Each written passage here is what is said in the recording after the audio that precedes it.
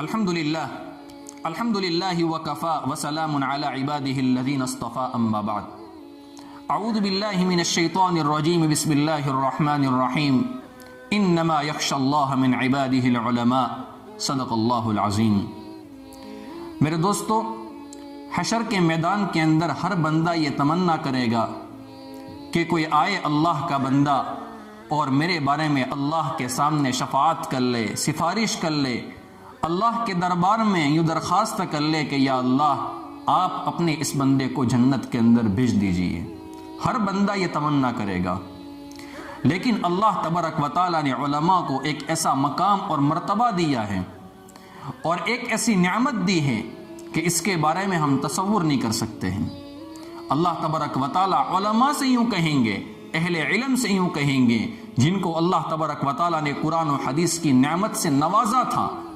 دنیا کے اندر، اللہ تبارک و تعالیٰ ان کو یوں کہیں گے کہ آپ لوگوں کے بارے میں مجھ سے شفاعت کرے، سفارش کرے اور مجھ سے یوں درخواست کرے کہ یا اللہ آپ اپنے ان بندوں کو جنت کے اندر بھیج دیجئے۔ سفارش کی نعمت ملنا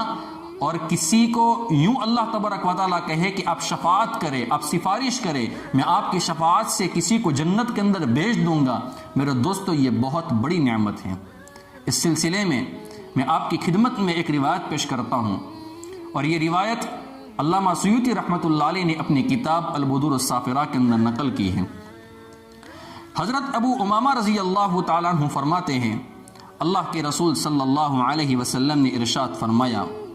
کہ حشر کا میدان قائم ہوگا، اللہ تبارک و تعالیٰ عالم کو بھی بلائیں گے اور عابد کو بھی بلائیں گے، دونوں کو اللہ کے دربار میں پیش کیا جائے گا، اور جو عابد ہوگا، جو عالم تو نہیں ہوگا لیکن عابد ہوگا اور اس نے اللہ تبارک و تعالیٰ کی عبادت بہت کی ہوگی، تو اس عابد سے اللہ تبارک و تعالیٰ یوں کہیں گے کہ آپ جنت کے اندر داخل ہو جائیں۔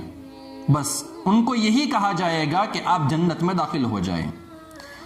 اور اللہ تبارک و تعالیٰ اہل علم کو بلائیں گے، ایک عالم کو بلائیں گے جس نے اپنی زندگی اللہ کے خوف کے ساتھ، تقوی کے ساتھ، پرہیزگاری کے ساتھ گزاری ہوگی، دنیا کے اندر نیک بن کر رہا ہوگا۔ اللہ تبارک و تعالیٰ ایسے عالم کو بلائیں گے اور فرمائیں گے آپ ذرا یہاں پر تھوڑی دیر کے لیے ٹھہر جاؤ، آپ کو جنت میں جانا ہے لیکن تھوڑی دیر کے بعد جانا ہے، آپ ایک کام کر لیں، آپ اپنے لوگوں کے بارے میں شفاعت کیجئے، سفارش کیجئے اور مجھ سے یوں درخواست کرے کہ یا اللہ آپ ان لوگوں کو جنت کے اندر بھیج دیجئے۔ امام بیہقی فرماتے ہیں اس روایت کے اندر ایک ٹکڑا مزید ہے کہ اللہ تبارک و تعالیٰ یوں بھی فرمائیں گے کہ ہم آپ کو جو یہ مقام دیتے ہیں، یہ جو مرتبہ دیتے ہیں، وہ اس لیے دیتے ہیں کہ دنیا کے اندر رہ کر آپ نے لوگوں کی زندگی کو سنوارا تھا۔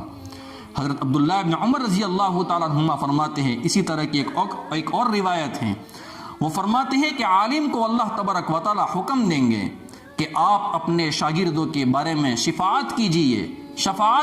سفارش کیجئے، اگرچہ ان کی تعداد آسمانوں کے ستاروں کے برابر ہی کیوں نہ ہو۔ تو یہ کتنا بڑا مقام اور مرتبہ اللہ تبارک و تعالیٰ نے اہل علم کو دیا ہے۔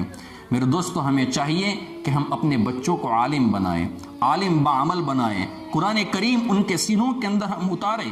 ان کو قرآن کریم کا حافظ بنائیں، ان کو اللہ تبارک و تعالیٰ کے دین کا عالم بعمل بنائیں۔ اگر ہم بنا لیں گے تو اللہ تبارک و تعالیٰ ہماری اولاد کو بھی انشاءاللہ یہ مقام اور مرتبہ دے گا کہ وہ لوگوں کے بارے میں شفاعت کریں گے، سفارش کریں گے۔ اللہ تبارک و تعالیٰ ہمیں عمل کرنے کی توفیق عطا فرمائے، آمین یا رب العالمین، وآخر دعوانا ان الحمد للہ رب العالمین۔